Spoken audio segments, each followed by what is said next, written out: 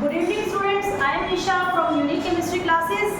आज आपको बताएंगे हम केमिकल बॉन्डिंग के बारे में। लास्ट लेक्चर में हमने केमिकल बॉन्डिंग के अंदर ये पढ़ा था कि केमिकल बॉन्ड का क्या मतलब होता है, ऑक्टेट रूल यानी कि कोशल-लुईस अप्रोच हमने पढ़ लिया था और कोशल-लुईस अप्रोच की क्या लिमिटेशंस रही थी ये हमने देखा। अब हमने कोशल-लुईस अप्रोच में देखें अगर हम तो क्या कहा गया था, ऑक्टेट रूल में क्या कहा गया था कि एक एटम अपने 8 के आंकड़े को पूरा करने के लिए इलेक्ट्रॉन्स लूज भी करता है, इलेक्ट्रॉन्स गेन भी करता है और इलेक्ट्रॉन्स को शेयर भी करता है। ठीक है, तो अपने 8 के आंकड़े को पूरा करने के लिए, स्टेबिलिटी को पाने के लिए इलेक्ट्रॉन ये एटम ये सब कुछ करता है।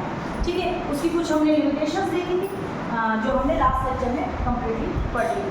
तो आज हम देखें तो हमने ये कहा है कि एक एटम अपने इलेक्ट्रॉन्स को लूज भी कर सकता है, इलेक्ट्रॉन्स को गेन भी कर सकता है और क्या कर सकता है, इलेक्ट्रॉन को शेयर भी कर सकता है। अगर एक एटम इलेक्ट्रॉन को लूज करता है तो वो क्या करता है, कैटायन की फॉर्मेशन करता है। इलेक्ट्रॉन को गेन करता है तो वो क्या करता है, एनायन की फॉर्मेशन करता है और वो इलेक्ट्रॉन को शेयर भी कर सकता है। तो हम यहाँ पे कह सकते हैं कि एटम इलेक्ट्रॉन को लूज या गेन करके बनाता है हमारे पास कौन सा बॉन्ड बेटा, आयोनिक बॉन्ड, और इलेक्ट्रॉन को शेयर करके वो कैसा बॉन्ड बनाता है बेटा, कोवैलेंट। तो हम अब आयोनिक और कोवैलेंट बॉन्ड की कंडीशंस को पढ़ेंगे एक एक करके कि किस तरीके से आयोनिक बॉन्ड बनता है, क्या क्या उसकी कंडीशंस होती हैं, क्या क्या उसके फैक्टर्स अफेक्ट करते हैं उनको, और फिर हम पढ़ेंगे कोवैलेंट बॉन्ड। तो सेकंड लेक्चर के अंदर हम पढ़ेंगे बेटा आयोनिक बॉन्ड। ठीक है, सेकंड लेक्चर के अंदर हम पढ़ेंगे बेटा आयोनिक बॉन्ड। तो आयोनिक बॉन्ड की अगर मैं यहाँ पे बात करूँ तो आपको सीधी सी भाषा में बताएं, एक एटम ने इलेक्ट्रॉन दिया फॉर्मिंग कैटायन, एक एटम ने इलेक्ट्रॉन दिया forming anion, forming a force of attraction between these two and this force of attraction is known as ionic bond. ठीक है, एक एटम इलेक्ट्रॉन दे देता है, एक एटम इलेक्ट्रॉन ले लेता है, पॉजिटिव नेगेटिव चार्जेस की फॉर्मेशन होती है और उन दोनों के बीच में force of attraction hold up होती है, that force of attraction is known as ionic bond. तो हम क्या कह सकते हैं यहाँ पे, a bond formed by the complete transfer of the electron from one atom to another। एक एटम से दूसरे एटम को जो कंप्लीट ट्रांसफर करके, इलेक्ट्रॉन का कंप्लीट ट्रांसफर करके बॉन्ड जो बनता है उस बॉन्ड को आयोनिक बॉन्ड या फिर इलेक्ट्रोस्टैटिक फोर्स ऑफ अट्रैक्शन के नाम से भी जानते हैं। इलेक्ट्रोस्टैटिक फोर्स ऑफ अट्रैक्शन या इलेक्ट्रोस्टैटिक बॉन्ड के नाम से भी। अब हमें ये पता है कि जब आयोनिक बॉन्ड फॉर्म हुआ है तो आयोनिक बॉन्ड फॉर्म होने के लिए हमारे पास 3 बेसिक स्टेप यहाँ पर हैं। सबसे पहले क्या है बेटा, फॉर्मेशन ऑफ कैटायन। दूसरा स्टेप क्या है यहाँ पे, फॉर्मेशन ऑफ अनायन। और तीसरा स्टेप क्या बेटा यहाँ पे, making a force of attraction between cation and. 3 steps involve हुए, पहले कैटायन की फॉर्मेशन हुई है, फिर एनायन की फॉर्मेशन हुई है और फिर कैटायन और एनायन के बीच में एक फोर्स ऑफ अट्रैक्शन हुई है। जब कैटायन की फॉर्मेशन हुई है बेटा, हमने वहाँ से इलेक्ट्रॉन को निकाला तो इसका मतलब हमने वहाँ पर एक एनर्जी डाली है, that energy is known as ionization energy. ठीक है, जब एनायन की फॉर्मेशन हुई तो वहाँ पे क्या हुआ, कुछ एनर्जी रिलीज होएगी and that energy is known as electron affinity. It में भी पॉजिटिव और इट में भी नेगेटिव। हम लास्ट लेक्चर्स में, पीरियोडिक के लेक्चर्स में इसको पढ़ के आए हैं कि जब हमारा एनायन बना तो जो एनर्जी चेंजेस हुई, that energy changes are known as electron affinity. और जब पॉजिटिव और नेगेटिव चार्ज के बीच में फोर्स ऑफ अट्रैक्शन बनी तो एनर्जी कुछ ना कुछ रिलीज होगी and that energy is known as lattice energy. अब ये तीनों फैक्टर्स मुझे बताएंगे कि कहीं पर भी अगर आयोनिक बॉन्ड की फॉर्मेशन हो रही है तो आयोनिक बॉन्ड की फॉर्मेशन जो है वो हमारी फेवरेबल होगी या नहीं होगी। तो वो फेवरेबल होगी या नहीं होगी तो हमें इन तीनों फैक्टर्स से कैसे पता चलेगा। अगर इन तीनों फैक्टर्स के बेसिस पर मेरी एनर्जी, ओवरऑल एनर्जी यहाँ पर निकल रही होगी यानी कंपाउंड के अंदर स्टेबिलिटी आ रही होगी तो ऑब्वियसली आयोनिक बॉन्ड की फॉर्मेशन होगी, वरना आयोनिक बॉन्ड की फॉर्मेशन नहीं होगी। तो मुझे तीनों फैक्टर्स को ध्यान से समझना है कि कैसे तीनों फैक्टर्स से मुझे पता लगेगा कि हम यहाँ पर किसी भी कंपाउंड के अंदर आयोनिक बॉन्ड फेवरेबल होगा या नहीं। ठीक है बेटा, अब इन तीनों फैक्टर्स को पढ़ने से पहले हम यहाँ पर कुछ छोटी सी टर्म्स आएंगी, 2-4 छोटी सी टर्म्स के बारे में पढ़ते हैं। ठीक है, अब यहाँ पे कह रहे हैं कि एक एटम इलेक्ट्रॉन देता है, एक एटम इलेक्ट्रॉन लेता है। जैसे कि NaCl के अंदर सोडियम ने एक इलेक्ट्रॉन दिया, क्लोरीन ने एक इलेक्ट्रॉन दिया। ठीक है, तो यहाँ पर एक एटम कितने इलेक्ट्रॉन लॉस या गेन करता है for the formation of an ionic bond, that is known as electrovalency of an element. ठीक है, तो यहाँ पर देखिए सोडियम की इलेक्ट्रोवैलेंसी क्या है 1, सेम एज क्लोरीन की इलेक्ट्रोवैलेंसी भी क्या है 1। ठीक है, तो हम क्या कहेंगे एन एटम लूज और गेन इलेक्ट्रॉन्स, यहाँ कह सकते हैं the number of electrons by an atom which are lost or gained, which are lost and gained are known as electrovalency of an atom।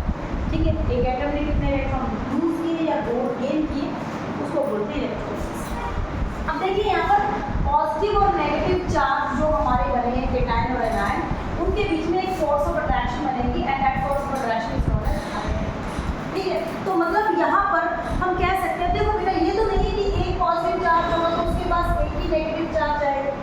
Negative charge इस positive charge के चारों तरफ घेरा बना सकते हैं ना। ठीक है, इस घेरे को बोलते हैं बेटा कोऑर्डिनेशन स्फीयर। क्या बोलते हैं बेटा कोऑर्डिनेशन स्फीयर एक तरीके से। ठीक है, तो यहाँ पर एक स्फीयर सा बन जाता है जिन्होंने एक तरीके का एक जाल सा बन जाता है चार्ज के और अपोजिट चार्ज का। ठीक है, and that represents you the coordination number.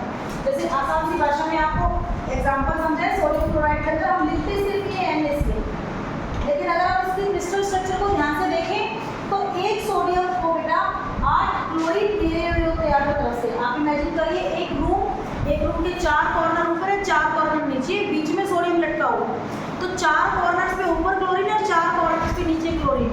इसी तरीके से एक क्लोरीन जो कॉर्नर पे है, उस कॉर्नर पे क्लोरीन जो बैठा हुआ है उसके ऊपर भी 4 रूम है और नीचे भी 4 रूम इकट्ठे हैं। वो कॉर्नर जो है रूम्स का वो सारा का सारा कंबाइंड है, तो एक क्लोरीन को भी 8 सोडियम घेरे हुए हैं। तो यहाँ पे क्या होता है हमारा एक केटायन को एक एनायन चारों तरफ से घेरे हुए होते हैं, एक एनायन को केटायन चारों तरफ से घेरे हुए होते हैं। तो कितने अपोजिट आयंस एक आयन को चारों तरफ से घेरे हुए, that represents your coordination number. तो यहाँ पर अगर हमें सोडियम का कोऑर्डिनेशन नंबर क्या 8, क्योंकि उसको 8 क्लोरीन 4 ऊपर किनारों पे 4 नीचे किनारों पे। इस तरीके से क्लोरीन को कितने सोडियम घेरे हुए 8 सोडियम घेरे हुए। तो यहाँ पर जो सोडियम क्लोराइड है उसका कोऑर्डिनेशन नंबर क्या हो जाएगा 8। तो कुछ ये बेसिक टर्म्स थी जो हमें आयोनिक बॉन्ड के अंदर पढ़नी थी। अब बात करते हैं आयोनिक बॉन्ड की फॉर्मेशन की। किसी भी मॉलिक्यूल के अंदर आयोनिक बॉन्ड की फॉर्मेशन फेवरेबल है या नहीं है। तो हम 3 फैक्टर्स देखेंगे बेटा इसमें, ionization energy, electron affinity and lattice energy. ठीक है, तो यहाँ पे अगर हम देखें तो सबसे पहले हम पढ़ते हैं लैटिस एनर्जी। देखो lattice energy obviously force of attraction है पॉजिटिव और नेगेटिव चार्ज के बीच में, और केमिस्ट्री का थंब रूल ये कहता है कि कहीं पर भी फोर्स ऑफ अट्रैक्शन बनती है तो वहाँ पे एनर्जी रिलीज होती है। तो इसका मतलब लैटिस एनर्जी हमेशा क्या होगी बेटा एंथैल्पी क्या होगी। लैटिस एनर्जी में अगर हम एंथैल्पी की फॉर्म में दिखाएंगे that will always be negative, क्योंकि वहाँ पे एनर्जी हमेशा रिलीज हो रही है। तो फर्स्ट हम केस देखते हैं बेटा लैटिस एनर्जी या लैटिस एनर्जी या लैटिस एंथैल्पी। ठीक है, दिस इज ऑलवेज बेटा एक्सोथर्मिक इन नेचर, क्योंकि फोर्स ऑफ अट्रैक्शन बनेगी और हमारी एनर्जी जो है यहाँ पर हमेशा रिलीज होगी।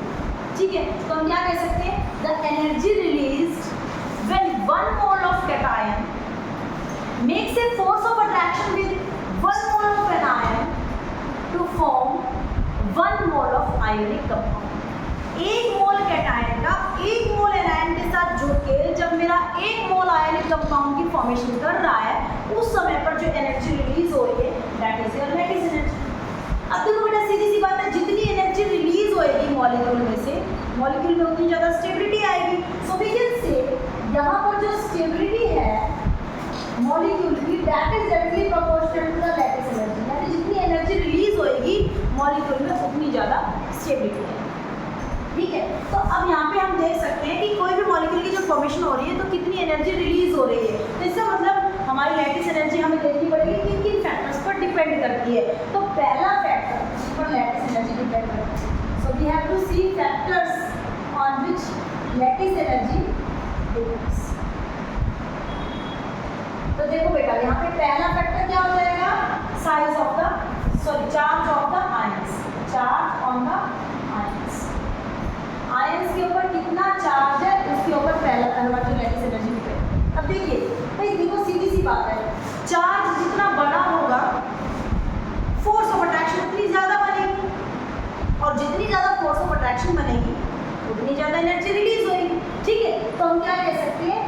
हायर द चार्ज,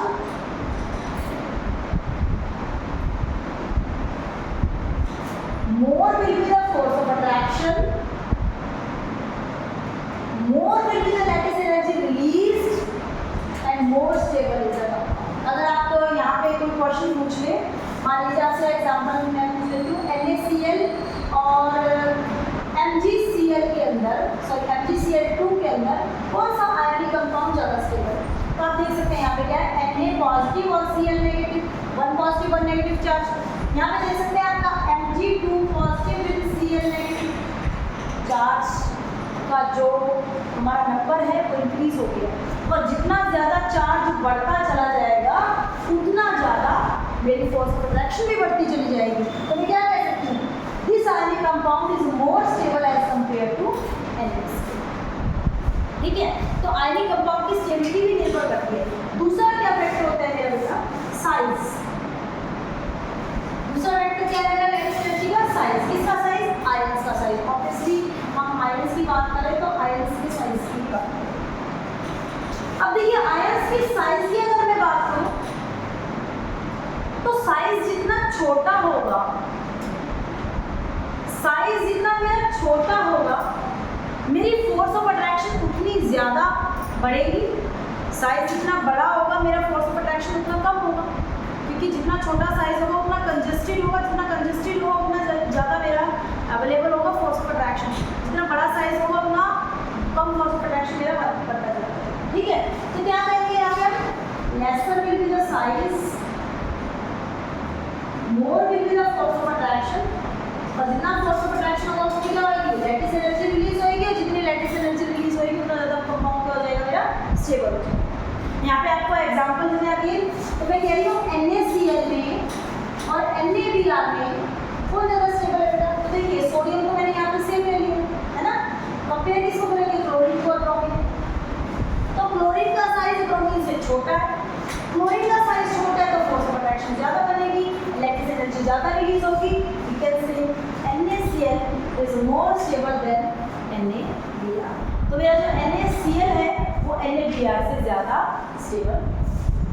तो पहला फैक्टर तो मैंने देख लिया लैटिस एनर्जी कि जितनी ज़्यादा एनर्जी यहाँ पर रिलीज होगी मेरी मॉलिक्यूल उतना ज़्यादा, यानी कि आयनिक कंपाउंड मेरा उतना ज़्यादा स्टेबल। ठीक है, अब देखते हैं सेकंड फैक्टर। सेकंड फैक्टर क्या बताया था बेटा आपको, electron gain enthalpy. Second factor आपको क्या बताया था, इलेक्ट्रॉन गेन एंथैल्पी। तो चलिए देखते हैं हमारी इलेक्ट्रॉन गेन एंथैल्पी के बारे में यहाँ पर डिटेल में पढ़ते हैं। ठीक है, अब इलेक्ट्रॉन गेन एंथैल्पी क्या होती है बेटा, enthalpy change when one mole of the gaseous atom accept the electron forming the one mole of the anion. यानी कि एक मोल कोई भी गैसियस एटम इलेक्ट्रॉन को एक्सेप्ट करके एक मोल एनायन की फॉर्मेशन करता है, that time the change in energy is known as electron gain enthalpy. ठीक है, अब देखो यहाँ पे दो बातें हो सकती हैं।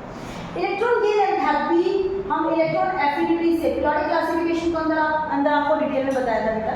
Electron gain enthalpy is always equal in opposite of electron affinity, है ना। एफिनिटी क्या होती है बेटा, इलेक्ट्रॉन को पाने की चाहत, और इलेक्ट्रॉन गेन एंथैल्पी क्या होती है, एनर्जी क्या चेंज हुआ एनर्जी के अंदर जब इलेक्ट्रॉन एटम के द्वारा लिया गया। तो देखो यहाँ पे एग्जांपल से समझते हैं, मान लो क्लोरीन है, क्लोरीन को मैं एक इलेक्ट्रॉन देती हूँ फॉर्मिंग Cl नेगेटिव, तो क्लोरीन को एक इलेक्ट्रॉन दिया तो इसने फोर्स ऑफ अट्रैक्शन बनाई, फोर्स ऑफ अट्रैक्शन बनाई क्लोराइड बनाने के लिए, तो यहाँ पे एनर्जी रिलीज होगी कुछ ना कुछ अमाउंट। ठीक है, एफिनिटी क्या होती है, इलेक्ट्रॉन को पाने की चाहत, मतलब क्लोरीन इलेक्ट्रॉन को चाहता है कि स्टेबल होना चाहता है, यानी इसकी इलेक्ट्रॉन एफिनिटी क्या है, पॉजिटिव। यहाँ पे एनर्जी रिलीज हुई है तो किसमें दिखाएंगे, एंथैल्पी को नेगेटिव। वैल्यू इनकी सेम होगी बट ये क्या है, पॉजिटिव और नेगेटिव यानी कि इक्वल है ना पॉजिटिव।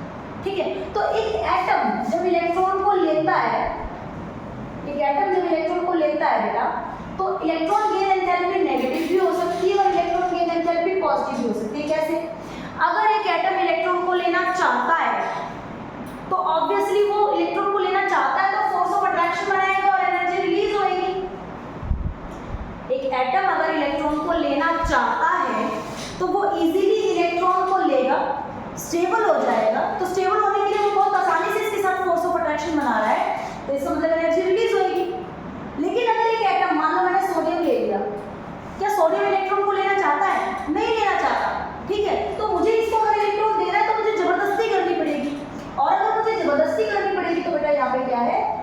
इलेक्ट्रॉन गेन एंथैल्पी आएगी वो क्या आएगी, पॉजिटिव में आ जाएगी।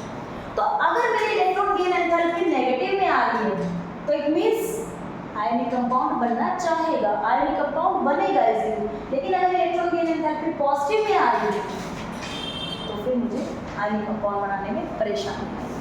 ठीक है, तो दूसरा फैक्टर क्या कहता है कि अगर एक एटम इलेक्ट्रॉन इजीली लेगा और नेगेटिव आ गई मेरी इलेक्ट्रॉन गेन एंथैल्पी तो आयनिक कंपाउंड बनेगा। लेकिन अगर एक atom electron gain enthalpy positive दे रहा है तो मेरा आयनिक कंपाउंड नहीं बनेगा। ठीक है, तीसरा फैक्टर क्या है बेटा आपका, आयोनाइजेशन एनर्जी। अब आयोनाइजेशन एनर्जी क्या होता है, मुझे हमेशा एनर्जी लगानी पड़ेगी क्योंकि इससे मैं कुछ कर ही नहीं सकती, एटम से मुझे इलेक्ट्रॉन निकालना है। ठीक है, तो आयोनाइजेशन एनर्जी होता क्या है बेटा, when a gaseous atom, when from a gaseous atom we require some amount of energy to release the electron, ठीक है, फ्रॉम द गैसियस एटम, तो उस एनर्जी को हम बोलते हैं आयोनाइजेशन एनर्जी। ठीक है, तो अब इसमें हम कुछ कर नहीं सकते, ये तो हमें एनर्जी लगानी है। तो हम क्या कोशिश करेंगे कि जिस एटम में मिनिमम से मिनिमम एनर्जी लगानी पड़ रही हो हम वो एटम उठाएंगे। भाई अगर मुझे एनर्जी बहुत ज़्यादा लगानी पड़ रही है तो वो आयनिक कंपाउंड में क्यों बनाना चाहूँगी।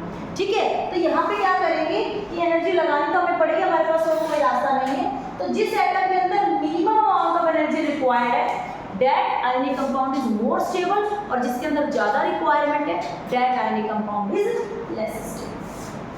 तो यहाँ पे तीन फैक्टर हो गए, देखो बेटा, आयोनाइजेशन एनर्जी ये कम से कम होनी चाहिए, है ना। इलेक्ट्रॉन एफिनिटी, आयोनाइजेशन एनर्जी क्या होनी चाहिए, कम से कम होनी चाहिए। इलेक्ट्रॉन एफिनिटी ये नेगेटिव में आनी चाहिए। लैटिस एनर्जी हमेशा नेगेटिव में होती है तो ये ज़्यादा से ज़्यादा होनी चाहिए। अगर ये तीन फैक्टर इस तरीके से हमको सहूलियत दे देंगे, हमें फ़ायदा दे देंगे, तो वो आयनिक कंपाउंड हमारा स्टेबल होगा, वरना मेरा आयनिक कंपाउंड स्टेबल नहीं होगा। ठीक है, तो आयनिक कंपाउंड बनने के लिए मुझे तीन फैक्टर्स देखने पड़ेंगे, यानी ऑल एंड ऑल में क्या कहूँगी, lattice energy, electron gain enthalpy should be always more than ionization energy. अगर ये फैक्टर मेरा और यहाँ पे कर रहा है, फेवर कर रहा है, तो आयनिक कंपाउंड, क्योंकि देखो यहाँ पे लैटिस एनर्जी में भी एनर्जी रिलीज हो रही है, इलेक्ट्रॉन गेन एंथैल्पी में भी एनर्जी रिलीज हो रही है। अगर मॉलिक्यूल में से एनर्जी ज़्यादा से ज़्यादा रिलीज होगी, मॉलिक्यूल ज़्यादा स्टेबल होगा। ठीक है, इसमें मुझे एनर्जी लगानी पड़ती है। तो अगर मुझे एनर्जी कम लगानी पड़े और रिलीज बहुत ज़्यादा हो रही है तो वो कंपाउंड मेरा स्टेबल बनेगा। तो आयनिक कंपाउंड अगर बनना है तो उसके बनने के लिए ये जो फैक्टर्स हैं वो इस तरीके से फेवर करने चाहिए इसको। तो अगर मेरे इस तरीके से फेवर कर रही है तो वो आयनिक कंपाउंड मेरा स्टेबल होगा, वरना नहीं। आज इतना ही, कल कुछ एक्सेप्शनल केसेस करेंगे हम आयनिक कंपाउंड के और कोवलेंट कंपाउंड के बारे में, यानी कोवलेंट बॉन्ड के बारे में पढ़ेंगे। इतना आपको समझ में आता है तो लाइक कीजिए, कमेंट कीजिए, शेयर कीजिए मेरी वीडियो को। और अगर आपको कोई प्रॉब्लम है you can comment me, I will tell you in the easiest way. और इसके अंदर अगर आपको कोई प्रॉब्लम है अगेन तो you can tell me, I will compare again these factors with more easily.